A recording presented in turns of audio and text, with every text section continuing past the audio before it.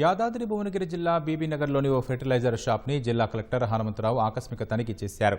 ప్రభుత్వ ఆదేశాల మేరకు షాప్ లైసెన్స్, ఫెర్టిలైజర్స్ లైసెన్స్ ఉన్నాయా లేవా అని ఆరా తీశారు.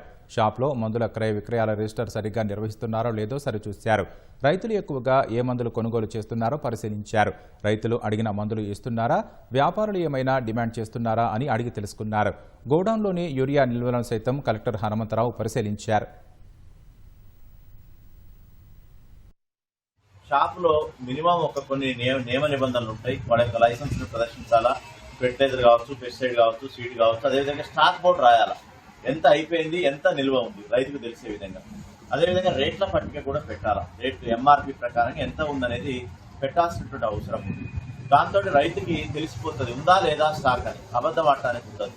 సో మన జిల్లాలో నాకు తెలిసినంత వరకు మంచిగా మెయింటైన్ చేస్తున్నారు. అయినప్పటికీ ఒకసారి అలర్ట్ చేద్దామని అందరూ కూడా అధికారులు పంపడం జరుగుతుంది. ఆల్రెడీ అగ్రికల్చర్ డిపార్ట్మెంట్ వాళ్ళు వారానికి 2 సార్లు అగ్రికల్చర్ ఆఫీసర్స్ పకడ్బందీగా చేస్తున్నారు.